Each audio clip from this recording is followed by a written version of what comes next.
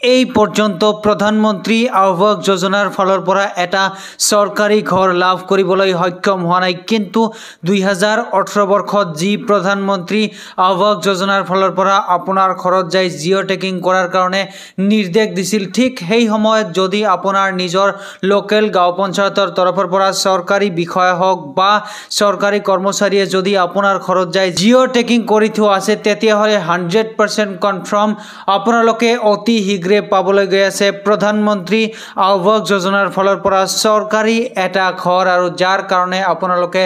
total 3টা কিস্তিত পাবলৈ গৈ আছে মুঠ 1,48,000 টকা ফাইনালি প্ৰধানমন্ত্ৰী আৱাস যোজনাৰ ফলৰ পৰা 2025 বৰ্ষত একেবাৰে নতুন একেবাৰে লেটেষ্ট ভেৰিফাইড লিষ্ট এটা মুকলি কৰিছে এই লিষ্টত যদি আপোনালোকৰ নাম আছে তেতিয়াহ'লে 100% কনফাৰ্ম আপোনালোকে 1-2 মাহৰ ভিতৰতে চৰকাৰী ঘৰ লাভ কৰিবলৈ সক্ষম হ'ব এইটো হ'ল ভাৰত চৰকাৰৰ যি প্ৰধানমন্ত্ৰী আৱাস যোজনা আছে তাৰ অফিচিয়েল পেজ ইয়াতে আপোনালোকৰ পন প্ৰথমে আহিব লাগিব ইয়াতে অহাৰ লগে লগে এইটো যেটো সাইডত আপোনালোকে 3 লাইন চাবলৈ পাৰিছে এই 3 লাইনত আপোনালোকৰ পন প্ৰথমে ক্লিক কৰিব লাগিব ইয়াতে ক্লিক কৰি দিয়াৰ লগে লগে এইবাৰ আপোনালোকে এইফালে চাওক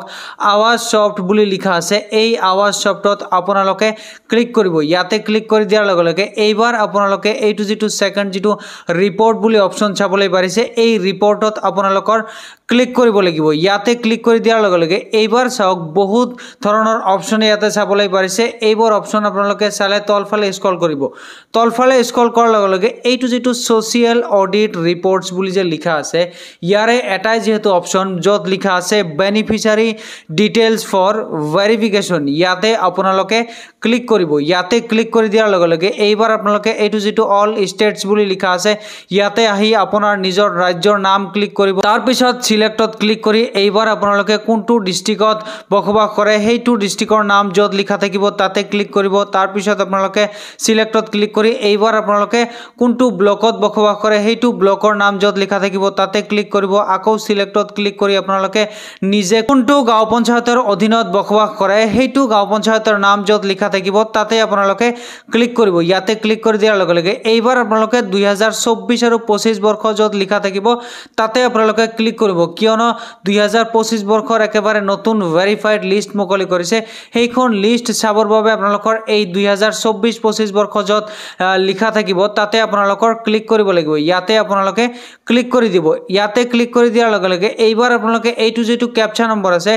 এই ক্যাপচা নম্বৰটো এই খালি ঠাইখিনিত পূৰণ কৰি এইটো যেটো সাবমিট বুলি লিখা আছে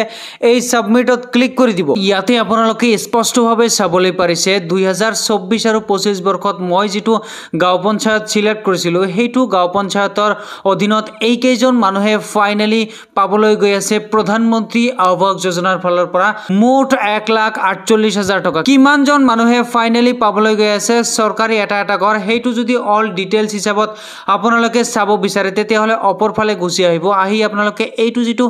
ডাউনলোড পিডিএফ বুলি লিখা আছে এই ডাউনলোড পিডিএফত আপোনালোকে ক্লিক কৰিব ইয়াতে ক্লিক কৰি দিয়াৰ লগে লগে তেওঁলোকে অলপমান সময় লব অটোমেটিকলি ডাউনলোড হৈ এনেকুৱা সিস্টেমত ওপেন হৈ যাব প্ৰথমে আপোনালোকে চাবলৈ পাৰিছে বেনিফিচিয়াৰী নাম অৰ্থাৎ কাৰ নামত চৰকাৰী এটা ঘৰ হ'বলৈ সক্ষম হৈছে বা চৰকাৰী এটা ঘৰ লাভ কৰিবলৈ সক্ষম হৈছে তাৰ পিছত আছে স্কিম নাম 2024 আৰু 25 বৰ্ষ তাৰ পিছত জব কাৰ্ড নাম্বাৰ